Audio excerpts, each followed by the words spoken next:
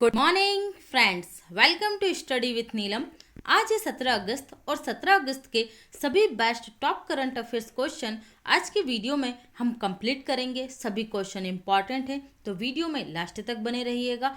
और अगर आप स्टडी विथ नीलम चैनल पर पहली बार आए तो फटाफट से बेल आइकन प्रेस कीजिए और चैनल को सब्सक्राइब कर लीजिए। बेल आइकन प्रेस करना बहुत ज़रूरी है जिससे हमारी सभी वीडियो की नोटिफिकेशन सबसे पहले आपको प्राप्त होंगे। अगर इस वीडियो की पीडीएफ फाइल चाहिए तो आप हमारा ऑफिशियल टेलीग्राम चैनल ज्वाइन कर सकते हैं। सभी का लिंक आपको डिस्क्रिप्शन बॉक्स में प्राप्त हो जाएगा। फ्रेंड्स, वीडियो को लाइक और शेयर ज़रूर कीजिएगा। ओके, ये रहा आपके लिए एक और surprise study with Neelam app.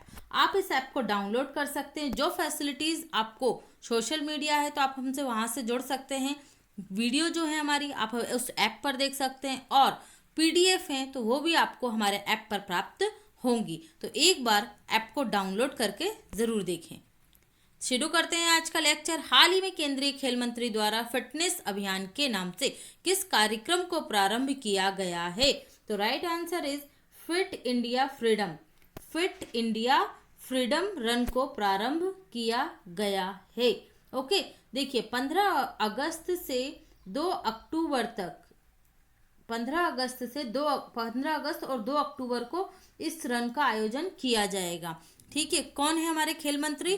किरण रिजिजू। कौन है? किरण रिजिजू। उनके द्वारा ही इसे लॉन्च किया गया है। ओके, लॉन्चिंग हुई 14 अगस्त को और 15 अगस्त और 2 अक्टूबर को ये होगा क्या? Fit India freedom.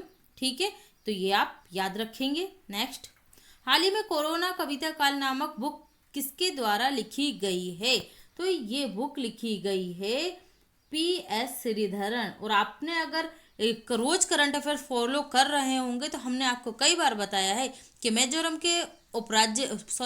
के राज्यपाल कौन है? तो ये हैं PS श्रीधरन पिल्लई और इनके द्वारा ही कोरोना कविता काल नामक पुस्तक लिखी गई है। और इसको लॉन्च किसने किया है? तो इस पुस्तक की लॉन्चिंग की है मिजोरम के सीएम जोरमथंगा ने। किसने? जोरमथंगा ने। इन्होंने 2 बुक और लिखी हैं जिसमें से एक का नाम है रिपब्लिक भारत 2020 और द स्पीक द गवर्नर।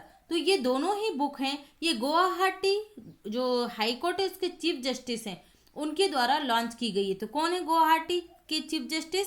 ये हैं अजय लांबा। तो दोनों ही बुक को याद रखेंगे और लॉन्चिंग भी याद रखिए, अजय लांबा के द्वारा की गई है। एम वेंकैया नायडू, इनसे रिलेटेड 2 फैक्ट आपको याद रखना है। Connecting, communicating, changing. इनके कार्यकाल के 3 वर्ष होने पर इस बुक को लॉन्च किया गया और इसकी लॉन्चिंग की थी राजनाथ सिंह जी ने, जो हमारे रक्षा मंत्री हैं। ओके, और इन्होंने एक बुक को लॉन्च किया था, CAB पट्टाभीराम की बुक थी। CAB पट्टाभीराम की बुक थी, the future of higher education 9 mega trends. Okay, तो उस बुक को इन्होंने लॉन्च किया था। नीतीश कुमार, इन्होंने लॉन्च की थी बुक सियासत के सदस्य। ठीक है, जिन्हें लिखा था किसने? विजय कुमार ने, जो बिहार विधानसभा के अध्यक्ष हैं। उन्होंने इस बुक को लिखा था सियासत के सदस्य। लॉन्चिंग की थी नीतीश कुमार ने। ओके, और S जयशंकर की बुक के बारे में हम कई बार पढ़ चुके हैं। इन्होंने बुक लिखी है the way Indian strategies uncertain world. Okay, तो उस बुक को भी आप याद रखेंगे। चलिए बढ़ते हैं अगले क्वेश्चन की तरफ। ये हैं मिजोरम के जो राज्यपाल हैं PS श्रीधरन पिल्लई और ये हैं जोरमथंगा वहाँ के CM। हाल ही में कौन सा अरब देश इजराइल के साथ इब्राहिम एकॉर्ड समझौते पर सहमत हो गया है? तो राइट आंसर होगा यहाँ पर संयुक्त अरब अमीरात या UAE। ठीक है, तो ये इजराइल के साथ इस समझौते को क्या करेगा? साइन करेगा। कौन सा समझौता है? इब्राहिम एकॉर्ड। आपसे क्वेश्चन ये भी आ सकता है कि इब्राहिम एकॉर्ड किन देशों से संबंधित? तो याद रखिएगा इजराइल और UAE से संबंधित है। देखिए क्या है, इस समझौते के तहत इजराइल ने जो गाजा पट्टी का क्षेत्र में आता है वेस्ट बैंक, ओके, उस वेस्ट बैंक वाले क्षेत्र से अपना जो कब्जा है, जो अपना दावा है कि वेस्ट बैंक किसका है? इजराइल का। वेस्ट बैंक और फिलिस्तीन और इजराइल के बीच में लड़ाई चलती है। यहाँ पर मैप में आप देखेंगे पास से, ये देखिए, ये है जो छोटा पार्ट दिख रहा है आपका, ये इजराइल है। इस तरीके की जो त्रिभुजाकार आपको दिख रही है ठीक है, इजराइल, और यहाँ पर है आपका फिलिस्तीन, जॉर्डन, ठीक है, ये वाले क्षेत्र हैं। ये आपका लेबनान है, हम पहले ही पढ़ चुके हैं, ये लेबनान की कैपिटल है। तो यहाँ पर जो ये इसका वेस्ट बैंक वाला एरिया है, इसको लेकर क्या होता है, लड़ाई होती है इजराइल एंड फिलिस्तीन के मध्य। ये क्षेत्र बहुत ज़्यादा बटा हुआ है, ठीक है। तो इस वेस्ट बैंक वाले क्षेत्र पर इजराइल ने इस समझौते में क्या किया है, ये जो संयुक्त अरब अमीरात आप यहाँ पर देख रहे हैं, ये देखिए, ये है यहाँ पर संयुक्त अरब अमीरात, इसकी कैपिटल क्या है, अबू धाबी, ठीक है। तो यहाँ पर इन दोनों के मध्य ये समझौता हुआ और समझौते के तहत इजराइल जो वेस्ट बैंक पर अपना दावा था उसको छोड़ने के लिए तैयार हो गया है। और यूएई इजराइल को अब औपचारिक रूप से क्या मान्यता देगा, एक देश की मान्यता देगा, ठीक है। और इसने यूएई ने और इजराइल ने कौन सा समझौता साइन किया है, समझौता, शांति समझौते पर हस्ताक्षर भी किए हैं। देखिए, यूएई के साथ ही मिस्र, जो इजिप्ट है वो, और जॉर्डन, जॉर्डन की लोकेशन आप यहाँ देख रहे हैं, ये रहा आपका जॉर्डन और ये रहा आपका इजिप्ट, ठीक है। तो इजिप्ट, जॉर्डन और यूएई, अब ये तीनों ही देश इजराइल के साथ शांति समझौता साइन करने वाले 3 देश हो गए हैं और इजराइल को एक देश के रूप में मान्यता भी दे दी है। किसने, यूएई ने। पहले ये मान्यता नहीं देते थे। तो बात कर लेते हैं हम, यूएई की कैपिटल क्या है, अबू धाबी है, ठीक है। अबू धाबी में ही मैंने आपको कल ही बताया था 2020 में क्या होने वाला है, 13वां आईपीएल यहाँ पे संपन्न होगा, आईपीएल का 13वां संस्करण, ओके, कहाँ पर, अबू धाबी में संपन्न होगा। कैपिटल हो गई इसकी अबू धाबी। करेंसी क्या है यूएई की, तो ये हो गई दिरहम, क्या है कैपिटल, दिरहम, ओके। प्रेसिडेंट कौन है यहाँ के, तो यहाँ के प्रेसिडेंट है खलीफा बिन जयाद अल नहयान, खलीफा बिन जयाद अल नहयान, ठीक है। ये इनको याद रखिएगा। अबू धाबी से फैक्ट जो है इंडिया से कनेक्टेड है, उनको आप देख लीजिए एक बार, जो बहुत इंपॉर्टेंट है। इन्होंने अबू धाबी में, इंडिया और अबू धाबी के रिलेशन अच्छे हैं, उसका इफेक्ट किस पर पड़ रहा है, इजराइल के रिलेशन पर भी पड़ रहा है, ओके। ये देखिए इजराइल को यहाँ पर अब हम देख लेते हैं, ये रही इजराइल की लोकेशन, ओके। यहाँ पर देखिए इजराइल की कैपिटल है क्या, जेरूसलम इसकी कैपिटल है। और यहाँ पर इजराइल की मुद्रा है इजरायली न्यू शेकल और यहाँ के प्रधानमंत्री हैं बेंजामिन नेतन्याहू। कौन है, बेंजामिन नेतन्याहू। ये रही जेरूसलम यहाँ पर मिडिल में। यहाँ के जो तेल अबीब सड़क है इजराइल की, उस तेल अबीब सड़क का नाम रविंद्रनाथ टैगोर की 159 जयंती पर उसका नाम बदल कर दिया गया है टैगोर स्ट्रीट। तेल अबीब स्ट्रीट का नाम टैगोर स्ट्रीट।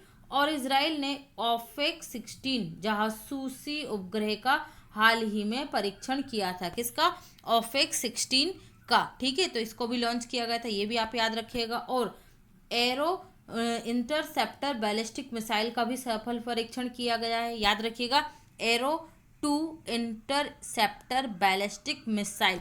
भारत और इजराइल के मध्य क्या चल रहा है समझौता, देखिए, एक तो दिल्ली आईआईटी के साथ समझौता किया गया। कोरोना काल में दोनों देश एक दूसरे का बहुत बड़े स्तर पर और बहुत सारे क्षेत्रों में सहयोग कर रहे हैं और उसी के तहत दोनों देश मिलकर, भारत और इजराइल, 30 सेकंड में कोविड-19 रैपिड टेस्ट किट भी तैयार कर रहे हैं, जिससे मात्र 30 सेकंड में कोरोना पॉजिटिव है या नहीं इसकी टेस्टिंग की जा सके, ओके, क्लियर है। चलिए बढ़ते हैं अगले क्वेश्चन की तरफ। हाल ही में कोविड-19 वैक्सीन की खरीद और प्रबंधन पर राष्ट्रीय विशेषज्ञ समिति के अध्यक्ष के रूप में निम्न में से किन्हें नियुक्त किया गया है, तो ये अध्यक्ष बन गए हैं doctor VK Paul. Doctor VK Paul जो है ये नीति आयोग के अध्यक्ष भी हैं। क्या करेगी ये जो समिति है, ये समिति कोविड-19 पर जो वैक्सीन जैसे रूस ने बनाई है, ठीक है, या भारत अभी खुद डेवलप करने वाला है, तो उनकी खरीदी करना और उनका प्रबंधन करना, किस तरीके से खरीदी करना, क्योंकि बहुत सारे नियम कानून होते हैं, तो उस पर विशेषज्ञ समिति का गठन किया गया और उसके अध्यक्ष कौन है, डॉक्टर वीके पॉल हैं और ये नीति आयोग के भी सदस्य हैं, तो ये भी आप याद रखिएगा, ओके। यहाँ पर प्रदीप जोशी हैं, ये यूपीएससी के अध्यक्ष बन गए हैं, हम लोग पढ़ चुके हैं। हर्ष कुमार भनवाला ये क्या बन गए, कैपिटल फाइनेंस के एग्जीक्यूटिव चेयरमैन बन गए, कैपिटल फाइनेंस के executive, capital finance India limited के एग्जीक्यूटिव चेयरमैन बन गए हैं। और हरदयाल प्रसाद जो हैं ये बन गए हैं पीएनबी हाउसिंग फाइनेंस के एमडी सीईओ, ओके। तो इन्हें भी आप याद रखेंगे यहाँ से। हाल ही में किन दो देशों के मध्य F-16Z की खरीदी के लिए समझौता किया गया है, तो ये समझौता संपन्न हुआ है अमेरिका और ताइवान के मध्य में। किन किन के मध्य में? अमेरिका और ताइवान के मध्य में। इस समझौते के तहत 66 F-16 विमान अमेरिका की लॉकहीड मार्टिन कॉरपोरेशन द्वारा विकसित करके 2026 तक किसको प्रदान किए जाएंगे? ताइवान को प्रदान किए जाएंगे। याद रखिएगा, कौन बनाता है F-16 जेट विमान? तो लॉकहीड मार्टिन कंपनी या कॉरपोरेशन बनाती है। ओके, ये याद रखिएगा। चलिए मैप में देख लेते हैं। ये है F-16 जेट विमान। देखिए, यहाँ से हम पहले दोनों बड़े देशों की लोकेशन देख लेते हैं। ये है अमेरिका की लोकेशन और यहाँ पर बहुत छोटा सा ताइवान, चाइना के पूर्व में है ताइवान। ओके, ये है ताइवान की लोकेशन। अब यहाँ पर हम ताइवान को देखेंगे। देखिए, ये रहा मैप में ताइवान। ताइवान की कैपिटल क्या है? तो इसकी कैपिटल है ताइपे। करेंसी क्या है? करेंसी है new Taiwan dollar. New Taiwan dollar. राष्ट्रपति नई बनी है, हम लोग पढ़ चुके हैं इनके बारे में, साई इंगवेन। साई इंगवेन अभी बनी है यहाँ की राष्ट्रपति। ओके, और पीएम कौन है? सुतेंग चांग। सुतेंग चांग यहाँ के प्रधानमंत्री हैं। तो ये फैक्ट भी आप यहाँ से याद रखेंगे। हाल ही में ग्रामोदय बंधु मित्र पुरस्कार से निम्न में से किसे सम्मानित किया गया है? तो इस पुरस्कार से सम्मानित की गई है सुधा मूर्ति। ठीक है, इन्फोसिस फाउंडेशन जो है, जो वेलफेयर करता है, एनजीओ टाइप का है, उसकी क्या है, ये अध्यक्ष है। कौन? सुधा मूर्ति। और इन्हें मिला है ग्रामोदय बंधु मित्र पुरस्कार। ओके, इनके साथ ही बहुत सारे लोगों को भी मिला है। यहाँ पर आपके लिए स्क्रीनशॉट इंक्लूड कर दिया गया है। ये देखिए, यहाँ पर ये मिला है जो आपका इन्फोसिस फाउंडेशन चेयरपर्सन सुधा मूर्ति और एग्री और आईटीसी लिमिटेड ग्रुप बिजनेस के प्रमुख कौन है? शिव कुमार सुरमपुदी को मिला है। अन्य विजेताओं में पद्म भूषण विजेता कौन है? विजय भाटकर, इनको दिया गया है। पद्मश्री एसपी वर्मा को ये पुरस्कार मिला है। विशाल सिंधे निदेशक किसके? फार्मा, सह्याद्री फार्मा के, इनको मिला है। कोसम रजामौली को मिला है। ओके, और ब्रिगेडियर पोंगालू गणेशम को मिला है। पाल सूरजन के संस्थापक और गोविंद राजलू चुलू को मिला है। ओके, तो इतने लोगों को भी ये पुरस्कार मिला है। और यहाँ पर हम लोगों ने फोकस किया है किस पर? सुधा मूर्ति पर। ये इन्फोसिस के जो संस्थापक हैं नारायण मूर्ति, उनकी वाइफ है। ये पुरस्कार किसके द्वारा दिया गया है? तो ये पुरस्कार दिया गया है Gramodaya chamber of commerce and technology के द्वारा ये पुरस्कार वितरित किए गए हैं। ओके, तो ये आप याद रखेंगे। सोमा मंडल कौन बनी है? ये देश की और विश्व की पहली स्टील कॉरपोरेशन या स्टील कंपनी को हैंडल करने वाली, अध्यक्ष बनने वाली पहली महिला हैं। ठीक है, सेल की अध्यक्ष बनी है steel authority of India limited. Dilip Oman ये बने हैं इंडिया स्टील एसोसिएशन के नए अध्यक्ष। इंडिया स्टील एसोसिएशन के नए अध्यक्ष दिलीप ओमान। राधा भाटिया, कल ही पढ़ा था, इनकी पुस्तक बुक जो है लस्सी, उसको इंटरनेशनल बुक कुक अवार्ड 2020 से सम्मानित किया गया है। और सुधा मूर्ति के बारे में हम पढ़ चुके हैं। नेक्स्ट है, हाल ही में ई बाइक गो के ब्रांड एम्बेसडर निम्न में से कौन बन गए हैं? तो इसके ब्रांड एम्बेसडर बन गए हरभजन सिंह। ये एक इलेक्ट्रॉनिक बाइक निर्माता स्टार्टअप कंपनी है जिसकी ब्रांड एम्बेसडर बनाए गए हैं कौन? हरभजन सिंह को बनाया गया है इसका ब्रांड एम्बेसडर। ओके, ये स्टार्टअप कंपनी है और इसने अभी ये किया, ये क्या करेगी, जो ये बाइक होती हैं इन्हें किराए पर प्रोवाइड किया जाएगा, इलेक्ट्रॉनिक्स बाइक को। ठीक है, किराए से जो लोग कहीं जाते हैं घूमने फिरने, उन्हें कोई व्हीकल की ज़रूरत है तो ये किराए से ई बाइक प्रदान करेगी। कौन सी? ई बाइक गो। क्या नाम है स्टार्टअप का? E bike go. Okay, other options को देख लेते हैं हम। जो यहाँ पर है ब्रेटली। ब्रेटली बने थे, ये स्पोर्ट्स अड्डा के ब्रांड एम्बेसडर बनाए गए थे। स्पोर्ट्स अड्डा एक ऑनलाइन फॉर्म है, उसके ब्रांड एम्बेसडर बने थे ब्रेटली। सौरभ गांगुली ये ब्रांड एम्बेसडर बने थे सुनील छेत्री के साथ JSW किसके? सीमेंट के। JSW सीमेंट के ब्रांड एम्बेसडर बने थे। ओके, और JSW स्टील, यहाँ पर क्लियर कर देती हूँ आपको, JSW स्टील के जो ब्रांड एम्बेसडर थे वो थे आपके ऋषभ पंत। ओके, उन्हें भी याद रखिएगा, ऋषभ पंत को। और सीमेंट के हैं सौरभ गांगुली और सुनील छेत्री। ओके, यहाँ पर सोनू सूद हैं, तो इन्होंने हाल ही में रोजगार प्रदान करने के लिए प्रवासी रोजगार एप्लीकेशन लॉन्च की है। प्रवासी रोजगार एप्लीकेशन। ओके, तो हरभजन सिंह को हम देख चुके हैं। नेक्स्ट देखते हैं, हाल ही में किस राज्य सरकार के द्वारा छात्रों को मुफ्त मोबाइल हैंडसेट वितरित करने की योजना प्रारंभ की गई है? तो ये योजना प्रारंभ की गई है पंजाब सरकार के द्वारा। इस योजना के तहत पंजाब स्मार्ट कनेक्ट स्कीम को पूर्ण किया जाएगा। किस स्कीम के तहत दिए जा रहे हैं?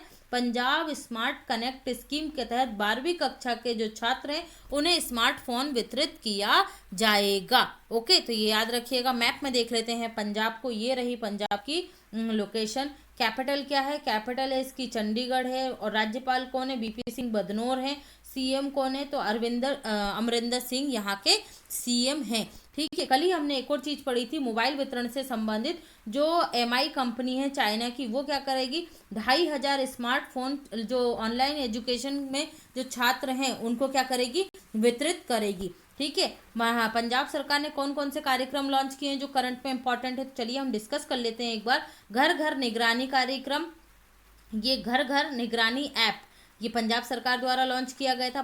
पंजाब के ही गोविंदगढ़ में एशिया का पहला continuous galvanised rebar production facility centre launch किया गया है। और जो स्वास्थ्य और कल्याण केंद्रों के क्रियान्वयन में टॉप पर कौन सा राज्य रहा? तो पंजाब राज्य रहा। ये हमने कल परसों ही पढ़ा था। मिशन फतेह ये भी लॉन्च किया गया था पंजाब सरकार के द्वारा। विन्नी महाजन पहली महिला महासचिव बनी है, कहाँ की? पंजाब राज्य की। तो ये भी इम्पॉर्टेंट है। ओके, ये सारे फैक्ट आप याद रखेंगे। नेक्स्ट देखते हैं, हाल ही में भारत सरकार ने कब तक शून्य सड़क मृत्यु दर लक्ष्य निर्धारित किया है कि किस वर्ष तक ये प्राप्त करेंगे? तो ये प्राप्त करेंगे वर्ष 2030 तक। कौन है केंद्रीय सड़क एवं परिवहन राजमार्ग मंत्री? तो ये हैं नितिन गडकरी। नितिन गडकरी ने यह लक्ष्य निर्धारित किया है और इसको लॉन्च किया है। ओके, वर्ल्ड बैंक और एशियाई डेवलपमेंट बैंक की सहायता से 7-7 हजार करोड़ रुपए की हेल्प या भुगतान किया जाएगा इस लक्ष्य को प्राप्त करने के लिए। याद रखिएगा, वर्ल्ड बैंक और एडीबी एशियन डेवलपमेंट बैंक 7-7 हजार करोड़ रुपए का भुगतान करेंगे। ओके, तो ये हमें याद रखना है। देखिए, दूसरे लक्ष्य जो है इम्पॉर्टेंट है, जो एग्जाम अभी करंट में रहे थे, तो ये भी आप ध्यान रखिएगा। वर्ष 2023 तक बिजली उत्पादन का 60% रिन्यूएबल या नवीकरणीय ऊर्जा से प्राप्त करने का लक्ष्य रखा गया है। वर्ष 2030 तक भारतीय रेलवे पूर्णतः क्या हो जाएगी? इलेक्ट्रीफाइड हो जाएगी। ये लक्ष्य रखा गया है। तो ये दोनों लक्ष्य भी आप याद रखेंगे। हाल ही में कोविड-19 टेस्ट कराने में कौन सा राज्य प्रथम स्थान पर रहा? तो ये रहा है उत्तर प्रदेश। कौन सा राज्य रहा है? उत्तर प्रदेश प्रथम स्थान पर रहा है। ये रहा उत्तर प्रदेश। राजधानी क्या है? राजधानी है इनकी लखनऊ। न्यायिक राजधानी इलाहाबाद। मुख्य न्यायाधीश है मुख्यमंत्री हैं योगी आदित्यनाथ। राज्यपाल आनंदीबेन पटेल। हाईकोर्ट की चीफ जस्टिस गोविंद माथुर हैं। देश का पहला हाथी अस्पताल कहाँ खुलेगा? तो ये मथुरा यूपी में खुलेगा। देश का पहला जानवरों का डीएनए बैंक, तो ये भी कहाँ खुलेगा? यूपी के बरेली में ही खुलेगा। और हमें याद रखना है क्या कि यूपी में जो अभी रैंक आई है 36 लाख इन्होंने कोविड-19 लोगों का टेस्ट कर लिया है। और यूपी उत्तर प्रदेश 1 लाख लोगों का टेस्ट एक दिन में कर रहा है। तो ये तमिलनाडु से इस टेस्टिंग में आगे निकल गया है। ओके, लखनऊ किस नदी के किनारे? गोमती नदी के किनारे। और किसका लोकसभा क्षेत्र है? तो राजनाथ सिंह जो रक्षा मंत्री है उनका लोकसभा क्षेत्र है। वन डिस्ट्रिक्ट वन प्रोडक्ट योजना किसके साथ लेकर आया था यूपी सरकार? तो फ्लिपकार्ट के साथ ये समझौता किया गया है। नवीन रोजगार छतरी योजना उत्तर प्रदेश सरकार द्वारा लॉन्च की गई थी। कुशीनगर को इंटरनेशनल एयरपोर्ट का दर्जा दिया जाएगा और कुशीनगर में ही देश की पहली ट्रांसजेंडर यूनिवर्सिटी ओपन की जाएगी। मनरेगा के तहत सर्वाधिक रोजगार देने वाला पहला राज्य कौन सा है? उत्तर प्रदेश है। जियोटेक कम्युनिटी किचन, ठीक है, ये किसके साथ प्रारंभ की थी? अमेजॉन के साथ, माइक्रोसॉफ्ट के साथ प्रारंभ की है इन्होंने, तो ये भी चर्चा में रही है। और वर्चुअल कोर्ट से सुनवाई करने वाला पहला राज्य कौन सा है? तो ये भी उत्तर प्रदेश ही है। तो ये सारी चीजें आप याद रखेंगे। और एक और इम्पोर्टेंट फैक्ट है, गोरखपुर के टेराकोटा को जीआई टैग दिया गया है 2020 में। और यूपी स्टार्टअप फंड की भी स्थापना की गई है। और 800 किलोमीटर सड़कों को हर्बल सड़कों में बदला जाएगा यूपी सरकार के द्वारा। ओके, तो ये सारे फैक्ट आप यूपी से याद रखेंगे। निम्न में से किस विद्यालय के छात्रों ने इलेक्ट्रॉनिक मास्क बनाया है? तो ये बनाया है जादवपुर यूनिवर्सिटी। कहाँ पर है ये? वेस्ट बंगाल में है। इस मास्क की सहायता से, इस मास्क को पहनने पर क्या होगा, पहनने वाले के आसपास के जो वायरस हैं ये मास्क उनको मारने में सक्षम होगा। इलेक्ट्रोमैग्नेटिक वातावरण आसपास क्रिएट करता है, एक फील्ड बनाता है जिससे आसपास के सभी वायरस इस मास्क के जो पहनने वाला है उसके आसपास से मर जाते हैं। ओके, तो ये किसने बनाया? जादवपुर विश्वविद्यालय। मद्रास आईआईटी, ये क्यों फेमस था, अभी क्यों प्रसिद्ध था? तो ये प्रसिद्ध था, जो शिक्षा मंत्रालय है उसके द्वारा नेशनल इंस्टीट्यूट फ्रेमवर्क रैंकिंग जारी की गई थी, उसमें ओवरऑल रैंकिंग में प्रथम स्थान पर था। जामिया मिलिया इस्लामिया, ये सेंटर की यूनिवर्सिटी में जो जारी की गई रैंकिंग है सेंट्रल यूनिवर्सिटी में, उसमें पहले स्थान पर आया है। और आईआईटी दिल्ली, ये अभी चर्चा में था क्योंकि इजराइल के साथ मिलकर ये क्या बना रहा है? आर्टिफिशियल इंटेलिजेंसी आधारित कोविड-19 पर रिसर्च कर रहा है। किसके साथ? इजराइल के साथ। ओके, तो ये भी आप याद रखेंगे। हाल ही में रक्षा उत्पादन को बढ़ावा देने के लिए रक्षा मंत्री द्वारा किस पोर्टल को लॉन्च किया गया? तो ये पोर्टल लॉन्च किया गया है सृजन पोर्टल। ओके, इस सृजन पोर्टल के माध्यम से क्या होगा? इस पोर्टल पर उन सभी उत्पादों को प्रदर्शित किया जाएगा जो आयात या इंपोर्ट किए जा रहे हैं हमारे द्वारा। ठीक है, फिर हमारे जो घरेलू विक्रेता हैं, जो घरेलू उद्योग के लोग हैं, वो इन उत्पादों को देख सकेंगे और इन उत्पादों को उन्हें जानने का मौका मिलेगा। क्योंकि आपको याद हो 101 जो रक्षा उत्पाद है उन पर सरकार ने क्या कर दिए? उनके आयात पर रोक लगा दी और इनको कहाँ बनाया जाएगा? हमारे देश में ही बनाया जाएगा। तो ये पोर्टल भी उसी दिशा में एक महत्वपूर्ण कदम है। लीड क्या है? ये दिल्ली सरकार द्वारा लाया गया पोर्टल है जो शिक्षा के क्षेत्र में काम करेगा। निष्ठा क्या है? तो ये निष्ठा आंध्र प्रदेश के शिक्षकों को ऑनलाइन प्रौद्योगिकी शिक्षा उन्नयन के लिए प्रारंभ किया गया था। 1200 शिक्षकों को इसमें क्या किया जाएगा? ट्रेन किया जाएगा। और सुरक्षा क्या था? सुरक्षा तो ये था प्रकाश जावड़ेकर जो हमारे पर्यावरण मंत्री हैं उनके द्वारा लॉन्च किया गया था। मानव हाथी संघर्ष पर इस पोर्टल को लॉन्च किया गया है। कौन सा?